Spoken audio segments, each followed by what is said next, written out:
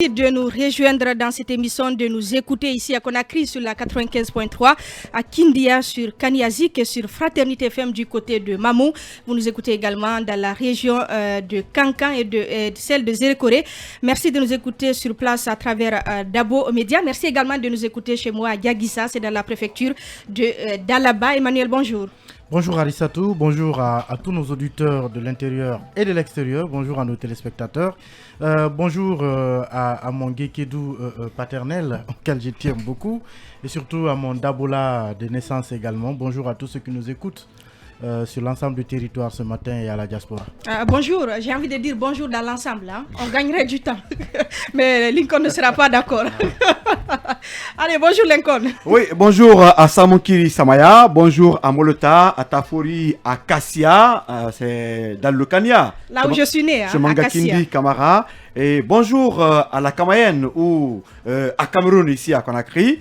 Il y a un cri de cœur de ce côté, Arissatou. Vous savez que dans la dynamique de récupérer les domaines de l'État, les nouvelles autorités se sont investies, en tout cas sur beaucoup de terrains. C'est notamment des cris de cœur actuellement de ce côté. On va y revenir, mais laissez les autres dire bonjour d'abord. Oui, non, rapidement. Bonjour, je profite. Arissatou, ça ne va pas de ce côté. On a donné pratiquement un préavis aux locataires de cette cité de Kamayenne de quitter les lieux le 25 décembre. Le 25 décembre, c'est pratiquement le jour de la plus grande fête chrétienne. Et on vient, sans pour autant, en tout cas des pourparlers, imposer aux gens de prendre 10 millions de francs guinéens. Arissatou, c'est très important. 10 millions par occupant. En pleine année scolaire, ces gens vont quitter les lieux. Les enfants de ces fonctionnaires vont partir où? Comment trouver une location à Conakry? Et quand ont-ils reçu le préavis, Lincoln? C'est très important. Mais c'est avant-hier. C'est avant-hier, il y a 2-3 jours que tout cela s'est passé. Mais la délégation avait à sa tête le colonel Aminata Diallo, je crois, de la caisse de prévoyance sociale. Mais il se trouve que nous sommes dans un état où l'État ne construit pas. On peut quand même déloger les citoyens. Mais rappelez-vous que la cité ministérielle qui est en construction n'est pas encore terminée. Et mieux que cela, vider ces gens-là, ils vont partir où? Un. Deux, les démarches menées pour une telle activité, moi je pense que c'est pas aussi comme c'est quand même une première hein, qu'on offre ces enveloppes, je crois. Oui, mais Arissatou, prenez 10 millions. Aujourd'hui, quand vous allez pour avoir une maison à Conakry, mais on vous dira de payer 2 ans d'avance. Et comment trouver cette maison? Vous avez pensé à tous ces enfants de ces fonctionnaires qui vont quitter ces lieux? Où est-ce qu'ils vont aller? Comment ils vont être scolarisés? Je crois qu'il y a beaucoup de questions à se poser. Aujourd'hui, nous sommes dans un État qui ne construit pas, mais qui, aujourd'hui, quand même, met ses citoyens dehors. Pour terminer, Arissatou, on va dire au colonel que nous sommes bien sûr pour la récupération des domaines de l'État.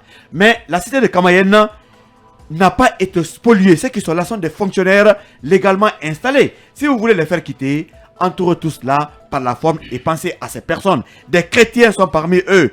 Et faire quitter un chrétien de sa maison un 25 décembre, ça donne à réfléchir. Je pense que c'est pas normal. On reviendra là-dessus, mais c'est un cri de cœur que ces Guinéens, ces citoyens sont des Guinéens. Il faut savoir faire avec eux, sinon on va créer encore d'autres SDF comme on l'a fait pour Caporail, Kipé2, Dimes et d'autres coins de la Guinée. On fait des Guinéens des réfugiés dans leur propre pays. Je crois qu'il faut avoir au moins, quand même, l'humanisme, la dose d'humanisme dans nos veines. Je ne parle pas d'autres veines. Hein. Voilà. Emma, c'est apparemment l'opération de récupération des domaines de l'État qui reprend là. Oui, c'est effectivement cette opération qui reprend. Qui avait déjà concerné une bonne partie de la cité ministérielle à Kamayenne. Évidemment, la cité qui est actuellement en chantier, bien qu'il y a encore des villas qui sont déjà occupées par certains membres du gouvernement. Mais l'opération avait été suspendue un moment et elle a repris. Seulement, vous avez suivi hier à la télévision ce communiqué du CNRD, justement, qui annonçait à ses occupants de libérer les lieux avant le 25 décembre. Je pense que stratégiquement, comme l'a dit Lincoln, on aurait pu peut-être mieux réfléchir pour penser que le 25 décembre, c'est un jour de fête. Et que c'est un jour de fête très important, en tout cas pour les chrétiens. Et là-bas, on connaît beaucoup de familles chrétiennes. vous ne pouvez pas mettre les gens à la porte un jour de Noël, en fait. C'est le jour de Noël. On ne peut pas mettre des familles à la porte ce jour. Ça, c'est un premier point. Deuxième point, évidemment, les enfants viennent de commencer aussi les cours. Certainement, ça va causer une perturbation aussi. On aurait pu le faire avant la rentrée. Oui, on aurait pu le faire avant. Je pense, parce qu'on avait dit depuis que ça allait reprendre en octobre. Il y a eu des préavis qui avaient été donnés à certaines cités, dont celle même de la Sigmadina, où on demandait aux gens de libérer avant fin octobre. Maintenant, on ne l'a pas fait fin octobre. On vient le faire, on demande le 25 décembre. Je pense qu'il faut à ce niveau mûrir la réflexion. Mais l'autre point important que je voulais souligner par rapport à cette affaire, c'est que ce communiqué hier du CNRD à la télévision semble avoir été fait pour rectifier en réalité une démarche qui était déjà très contestée au départ. Vous avez vu, j'amène ce document qui a été envoyé aux différentes familles. Vous l'avez, il n'y a pas d'entête. Il n'y a pas de signature sérieuse. Tout ce qui est mis en bas, c'est que le document, on dit approuvé par le représentant du CNRD. En bas, il n'y a pas de nom, aucune fonction, tout simplement approuvé par le représentant du CNRD. Et ce que le document dit en réalité, c'est une sorte de décharge dans laquelle on remet l'occupant reconnaît avoir reçu 10 millions à titre indemnitaire et social. Donc, il reçoit les 10 millions. Et en foi de quoi il s'engage à libérer la maison. Mais le document, encore une fois, en tout cas, les 10 millions, semble-t-il, sont donnés par le patrimoine bâti public. Mais c'est un document, comme vous le voyez, qui n'a aucune en-tête, qui n'a aucune signature comme telle, à part le fait que c'est écrit en bas, approuvé par le CNRD. Donc, il y a eu ces contestations au niveau de la cité Cameroun.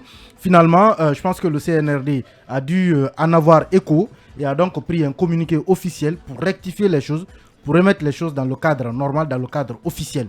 C'est ainsi qu'en tout cas, moi, j'ai compris ce communiqué hier, mais ça ne change pas pour autant le fait qu'on aurait pu penser que le 25 décembre, c'était un jour de fête. On va donc voir ce qui va se passer les prochains jours. Bienvenue, oui. Bonjour à Arissatou, bonjour à tous, bonjour à Kankalabé. Je n'oublie pas aujourd'hui de saluer des amis du côté de Mamou, à Poridaka, notamment Sadio du côté de la T6. Bonjour également à Dalin, c'est dans la baie. Bref, bonjour à toute la Guinée. Par rapport à ce que Emmanuel et Lincoln viennent de soulever, je pense que depuis l'arrivée des militaires au pouvoir, ils ont fait de la lutte contre la corruption une priorité. Vous avez vu la mise en place de la CRIAF. Ça n'a rien à voir avec la corruption. J'arrive. Mais aussi la récupération des domaines de l'État. Je pense que là-dessus, il faut aller avec sans état d'âme. Mais il faut aussi aller avec la manière. Je pense qu'aujourd'hui, en Guinée, il y a beaucoup de fonctionnaires qui ont quitté l'administration publique, mais qui continuent d'occuper les bâtiments de l'État. Oui, ça, c'est aussi une réalité. Quand on occupe, cela ne doit pas continuer. Je pense que l'État, il faut avoir un plan B, c'est très important. L'État est dans son droit de récupérer tout ce qui appartient.